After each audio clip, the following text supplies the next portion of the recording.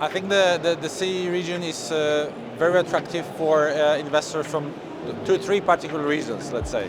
First of all is the population and also attractiveness for the modern services sector, which is investing a lot into shared services and back office basically business, which is still coming to the region as such.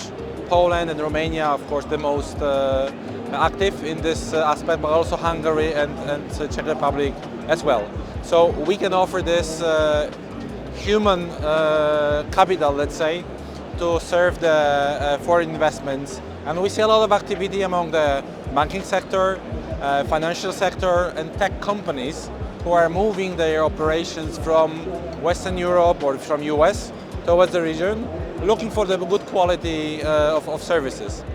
This is driving actually the demand on the tenant side, which helps us to fill up the office buildings and basically create the quality investment products for the investors. I think that the biggest challenge today is obviously the difference between the expectations of the owners of the buildings and the buyers of the buildings. This is driven very much by the cost of capital. We all hope that at some point the interest rates will go down, and then we'll be able to have a come back to the same, let's say, demand when we had before the global economic circumstances has started, basically. We believe that the CE is counter-cyclical, looking at the demand on the tenant side, which we see that is much more active than in the Western Europe. The buildings are filling up, people are working back from the offices. The demand is there. So time for the investors at some point to come back once they will be able to sort out their own issues in the other places. ESG is extremely important for Skanska, but this is nothing new to us. Basically, we call it sustainability, and we run the business with this approach since many years.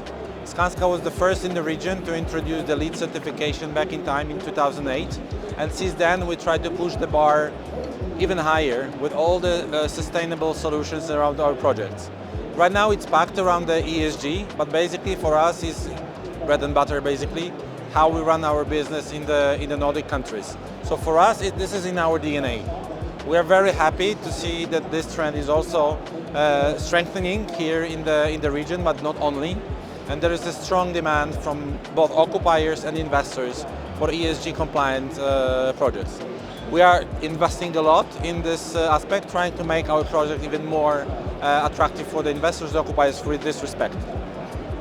As I mentioned before, the modern services sector is very much fueling the demand in the good quality, best quality office buildings in the region. The companies who are revising their way of work, introducing the hybrid way of working, they are looking at the best projects.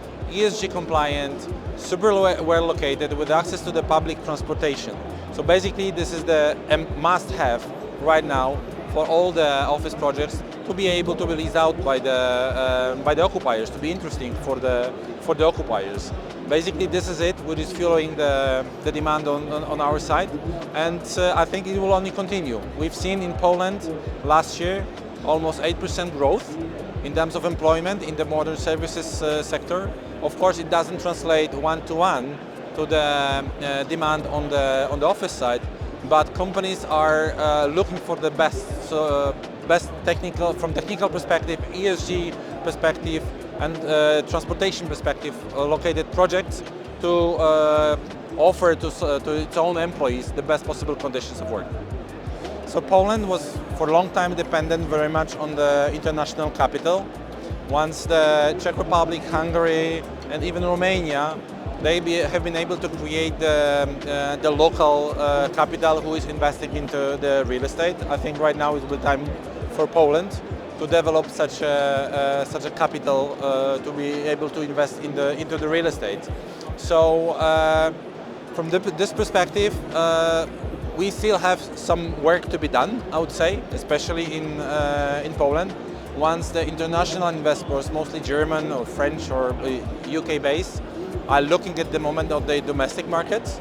But looking at the demand right now, we see the capital from the Baltic countries, from Nordic countries, Hungarian capital, Czech capital, looking very much across the region to utilize the opportunity when the prices are softening to allocate the capital in the best projects which are available at the market at the moment.